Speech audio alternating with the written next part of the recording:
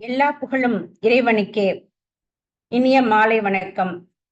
இன்றைக்கு நாம் பார்க்க இருக்கும் புறநானூற்று பாடல் 373. பாடலின் தலைப்பு நின்னோர் அன்னோர் இலரே. பாடலை பாடிய புலவர் கோவூர் கிழார். பாடப்பெற்ற அரசன் சோழன் குளமுற்றத்து துஞ்சிய கிள்ளிவளவன். கோவூர் கிழாரை பத்தி சில குறிப்புகளை சொல்லலாம்னு நினைக்கிறேன். இவர் கோவூரை சேர்ந்தவர். புறநானூற்றுல 15 பாடல்களை எழுதியிருக்கிறாரு. இவரோட அறிவுரையினால சில போர்கள் கூட நிறுத்தப்பட்டிருக்கு. சோழன் நலங்கிள்ளிக்கும் நெடுங்கிள்ளிக்கும் நடக்க இருந்த போர்ல ஒருவீர் தோற்பினும் தோற்பனும் குடியே அப்படின்னு சொல்லி, உங்க 2 பேர்ல யாரு தோத்தாலும் உங்க குடிக்குதான் அது இழுக்கு அப்படின்னு சொல்லி இந்த போரை தடுத்து நிறுத்தியிருக்காரு. இதே மாதிரி நெடுங்கிள்ளி இளந்தத்தன் அப்படின்ற ஒரு புலவனை ஒற்றன் அப்படின்னு சந்தேகப்பட்ட போது இவர் போய் இல்ல அவர் புலவர் தான் அப்படின்னு சொல்லி நிரூபிச்சு அவரை காப்பாத்திருக்காரு. கிள்ளிவளவன் மலையமான் திருமுடிக்காரிய வெற்றி கொண்டப்போ அவனுடைய குழந்தைகளை யானையோட காலில் இட்டு கொல்ல நினைச்சான். அப்போ இந்த சிறார்களை பாரு, இவங்க யானையை பார்த்து எவ்வளவு சிரிச்சு சந்தோஷமா இருக்காங்க, நீ சிபி சக்கரவர்த்தி வள்ளலோட பரம்பரையில வந்தவன், நீ இப்படி செய்யலாமா அப்படின்னு எடுத்து கூறி அவங்க அந்த குழந்தைங்களை இவர் காப்பாற்றுறாரு. இவ்வாறு கோவூர் கிழார் சிறந்த அறிவும் ஆழ்ந்த புலமையும் மன்னர்கள் தவறு செய்தால் தட்டி கேட்கக்கூடிய மன உரமும் உடைய ஒரு சான்றோராக இருந்திருக்கிறாரு. அடுத்து பாடப்பட்ட அரசனை பத்தி பார்க்கலாம். அரசன் சோழன் குளமுற்றத்து துஞ்சிய கிள்ளிவளவன். இதே மாதிரி இன்னொரு கிள்ளிவளவன் இருக்காரு, அவர் குராப்பள்ளி துஞ்சிய கிள்ளிவளவன். இந்த துஞ்சியங்கிறது அந்த இடத்துல உயிர் நீத்த அப்படின்றத குறிக்குது. கிள்ளிவளவன் சங்ககால சோழ மன்னர்கள்ல ஒருத்தர். இந்த சோழன் குளமுற்றத்து துஞ்சிய கிள்ளிவளவனை பத்தி 10 புலவர்கள் பாடியிருக்கிறாங்க. 18 பாடல்கள் புறநானூற்றில் இவரை பற்றி இடம்பெற்றிருக்கு. இவர் புலவராக இருந்து ஒரு பாடல் பாடியிருக்கிறாரு.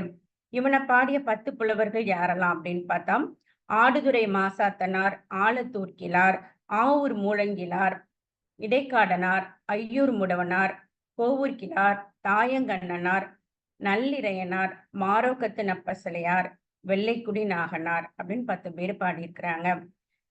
இவரோட சிறப்பு அப்படின்னு பாத்தீங்கன்னா, இவர் எப்பயுமே மாலையும் கழுத்துமா இருப்பாராம். மாலைன்னா அது பூமாலை கிடையாதுங்க, பொன்னாலான ஆரத்தை எப்பயுமே கழுத்துல அணிஞ்சிட்டு இருப்பாராம். அதனால இவருக்கு சிறப்பு பெயர்கள் கொடுத்திருக்கிறாங்க. பொலம்பூன் வளவன், பொலம்பூன் கிள்ளி, பசும் வளவன் அப்படின்ற மாதிரி பட்ட பெயர்கள் கொடுத்திருக்கிறாங்க. இவர் பகை நாட்டு அரசர்களை வென்று அவங்களோட மணிமுடிய கடலா செஞ்சு காலில் அணிஞ்சுக்கிறவராம். இவரோட முன்னோர்கள் பாத்தீங்கன்னா ஏற்கனவே சொன்ன மாதிரி சிபி சக்கரவர்த்தி. இன்னொருத்தர் யார சொல்லியிருக்காங்கன்னா, தூங்கையில் எரிந்த தொடிதொட் செம்பியன். தூங்கு எயில் எரிந்த, இதுக்கு என்ன பொருள் அப்படின்னா, வானத்துல இருந்து தொங்குற அளவுக்கு 3 பெரிய கோட்டையாம். அதெல்லாம் கூட இவன் வென்று வானவர்களையே அசந்து போகும் அளவுக்கு செஞ்சிருக்கான் அப்படின்னு. இதுதான் இவங்க முன்னோர்கள்.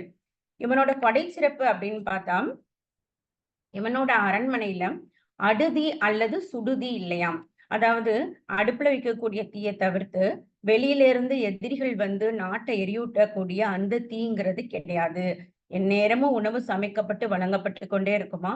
புலவர்கள் என்ன சொல்றாங்கன்னா, சூடான சோறு சாப்பிடும்போது எங்க கிட்ட முகத்திலே தவிர நாங்க வியர்த்து சம்பாதிச்சது கிடையாது அப்படின்ற மாதிரி புலவர்கள் சொல்றாங்க. இவன் பாணர்களுக்கு பார்ச்சோறும் பொன்னும் பரிசு வழங்கியிருக்கான். பொன்னாலான தாமரைய பரிசா வழங்கியிருக்கான். இவன் கொடைவள்ளலா இருந்தது மட்டும் இல்லாம இவன் ஊர்ல சிறுகுடி அப்படின்ற ஒரு ஊர்ல ஒரு வள்ளல் பண்ணன் அப்படின்னு இருந்திருக்கான். அவனை பார்த்து இவரு புறநானூற்றுல 173வது பாடல் ஒன்னை ஏற்றிருக்காரு. என்னோட வாழ்நாளையும் சேர்த்து நான் உனக்கு தரலாம்னு நினைக்கிறேன் அப்படின்னு புகழ்ந்து பாடியிருக்கிறாரு. இவனோட வெற்றிகள் அப்படின்னு பார்த்தா, இமயத்தில் விலை பொறித்த வானவனின் வஞ்சி நாடை கைப்பற்றினான் பார்த்தீங்களா, அது மிகப்பெரிய வெற்றி. அதே மாதிரி தமிழ்நாட்டின் காவிரி படுகை நிலப்பரப்பு முழுவதும் இவனோட ஆட்சிக்குட்பட்டிருந்தது.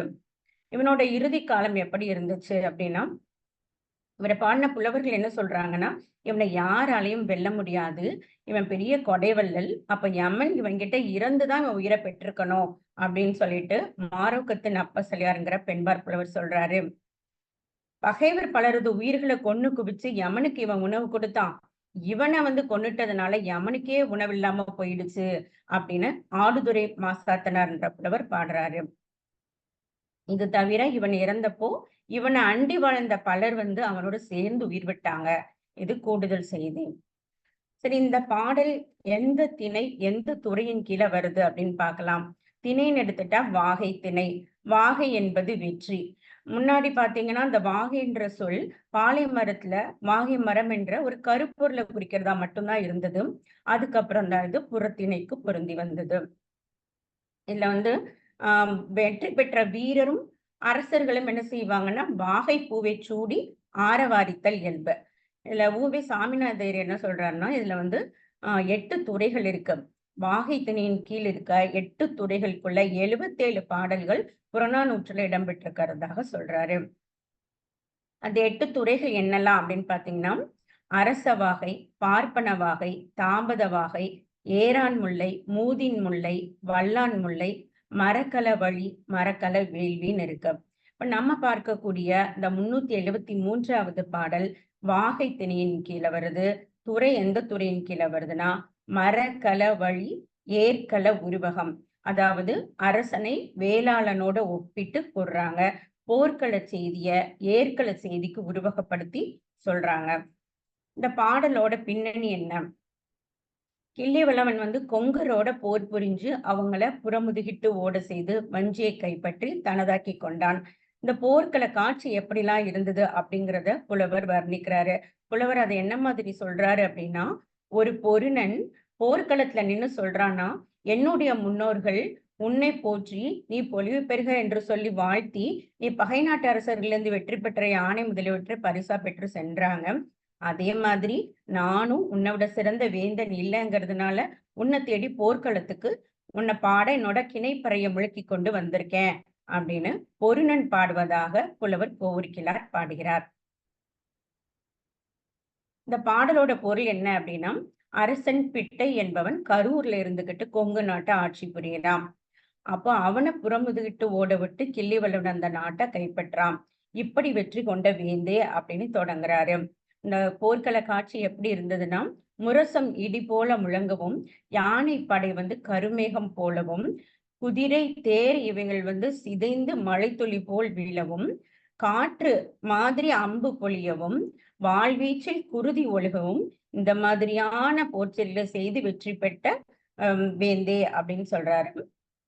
அடுத்து என்ன சொல்ல வர்றாருன்னா, அங்க கரூர்ல இருக்கக்கூடிய மகளிர் பொதுமன்றம் போகாம தன் கணவன் வந்து விழுப்புண்ணோட வருவான்னு எதிர்பார்த்து காத்திருக்காங்க. அது நடக்கல அப்படின்னோடனே மயில் போல சொடுங்கி உன் குதிரை வாழ்க அப்படின்னு உன்னை வாழ்த்தி உன் சொல் நிழலுக்கு கீழே வந்துட்டாங்க.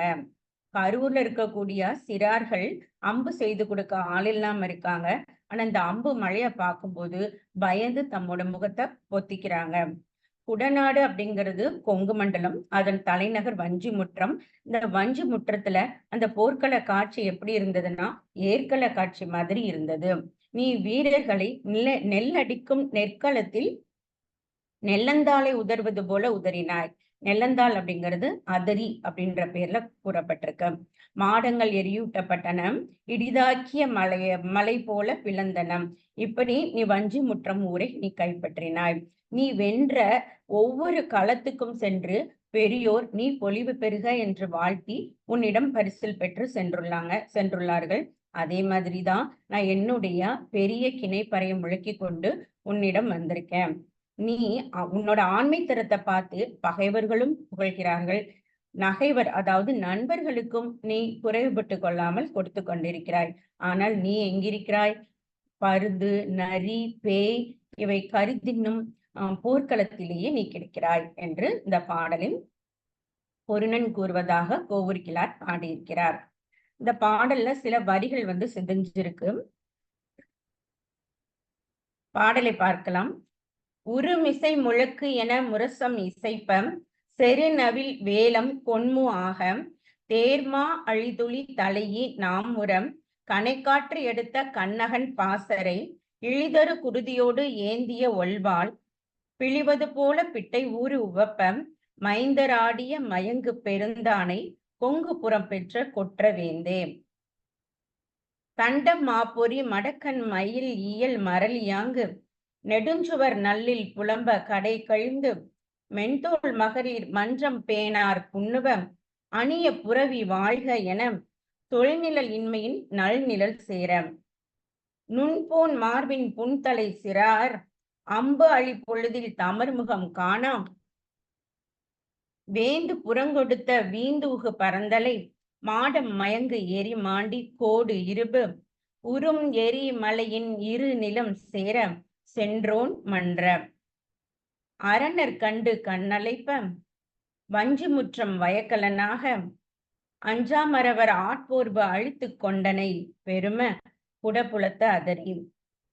பொலிக அத்தை நின் பனை தணர விலங்கு திணை வேந்தர் கலந்துரும் சென்று புகர்முக முகவை பொலிக என்று ஏத்திக் கொண்டனர் என்ப பெரியோர். யானும் அம்கண் மாக்கினை அதிர ஒற்ற காதலின் ஏத்தி நின்னோர் அன்னோர் பிறர் இவன் இன்மையின் மண்ணையில் முகவைக்கு வந்திசென் பெரும. பகைவர் புகழ்ந்த ஆண்மை நகைவர்க்கு தாயின்று உதவும் பண்பின் பேயொடு கணநெறி திரிதருவும் ஆங்கன் நினன் அருந்து செஞ்சவி எருவை குழியீம் அஞ்சுவரு கிடக்கைய களம் கிழவோயே என்று இந்த பாடல் முடிகிறது. இவ்வாறு கோவூர் கிழார் பாடியிருக்கிறார். இது மிகவும் அருமையான பாடல். இதே மாதிரி புறநானூற்றில் உள்ள அனைத்து பாடல்களையும் படித்து மகிழலாம். வாய்ப்புக்கு நன்றி பாராட்டி விடைபெறுகிறேன். நன்றி.